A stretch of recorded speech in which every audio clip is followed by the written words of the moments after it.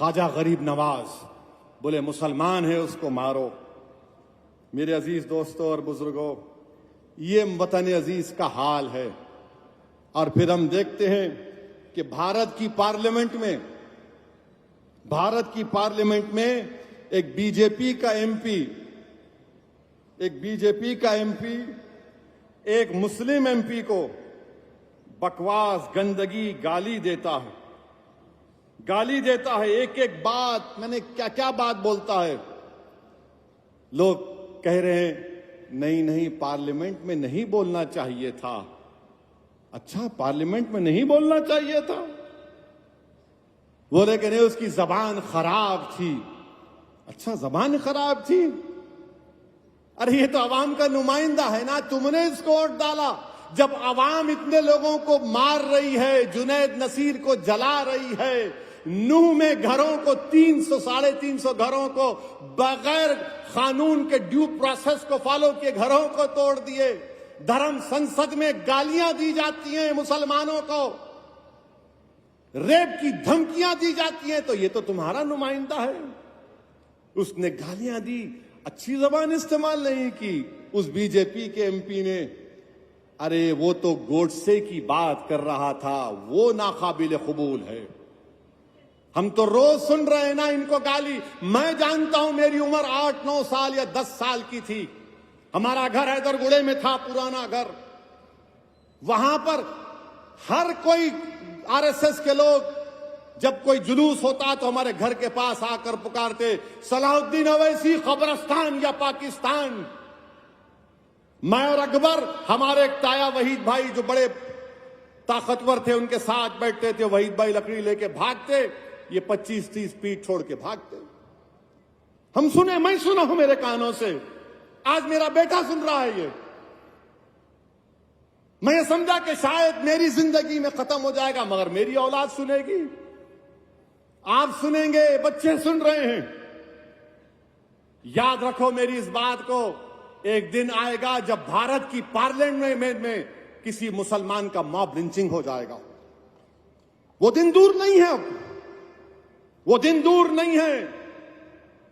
क्योंकि हिटलर की जब हुकूमत थी तो हिटलर की हुकूमत में लिखा जाता था, यहूदियों से बच के रहो, ये जर्मनी के लिए खतरा है। आज यहूदी लफ्ज को निकाल दो, मुसलमान लिख दो उस पर।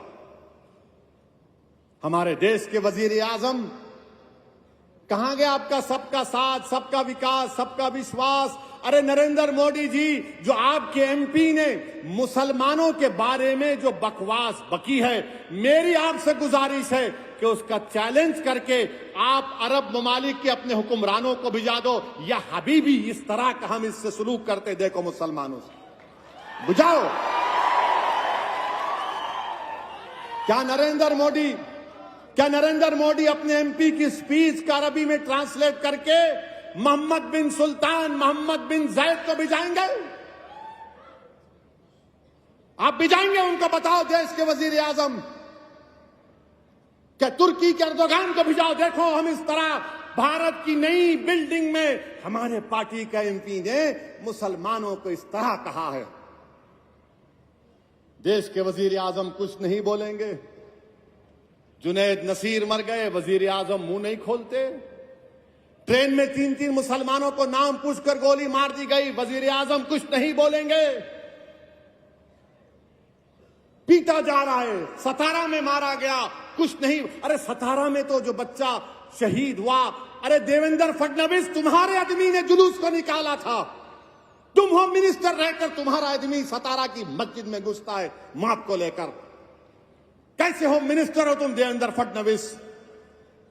मगर हमारे वजीर आजम ने इस मुल्क में एक माहौल को पैदा कर दिया कि नफरत करो और राज करो, नफरत करो वोट हासिल करो,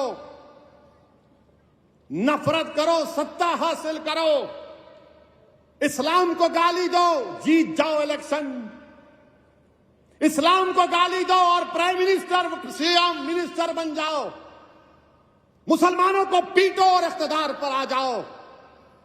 अरे कब तक चलेगा नफरत? ये याद रखो, ये नफरत खत्म अगर नहीं हुआ ये जो आग लगा रहे नफरत की आग, याद रखो ये नफरत की आग में सब आ जाएंगे। हम मरने से कभी नहीं डरे, ना कभी डरेंगे इंशाअल्लाह ताला। हम अल्लाह के नाम पर जीते और अल्लाह के नाम पर मरने वालों का नाम मुसलमान है। मगर इस मुल्क का क्या होगा, इस देश का क्या होगा जिसको हमने अपने खून पसीने से सींचा, जिसको अल्लामा फजल खैराबादी ने अपनी कुर्बानियों से आजाद किया। इस मुल्क को आजाद कराने के लिए हमारे उलमाए कराम ने जिहाद का फतवा दिया। मौलवी अलाउद्दीन, मौलवी इस्माइल काला पानी की सजा काटे, मगर आज देश की पार्लियामेंट में गाली दी जा रही है और बीजेपी से उसको नोटिस देती है, लव लेटर देती है। मैं पूछना चाहता हूं देश के प्रधानमंत्री, अगर यही बात कोई आपके बारे में करता तो क्या होता आज इस देश में? बोलो वजीर आजम, अगर कोई ये अनाप शनाप गंदगी आपके बारे में कोई बोल देता तो क्या करते आप? आपकी पार्टी के लोग बंद मनाते, बोलने वाले के घर को जला देते। खामोशी इसलिए है क्योंकि गाली मुसलमान को दी जा रही है। सन्नाटा इसलिए है क्योंकि मुसलमान मर रहा है। जिस हाल में जीना मुश्किल हो उस हाल में जीना मर्जी है। हमारे जिस्म जख्मों से जोर सही, तुम अपने शिकस्ता तीर गिनो। हमारे जिस्म जख्मों से जोर सही, तुम अपने शिकस्ता तीर गिनो।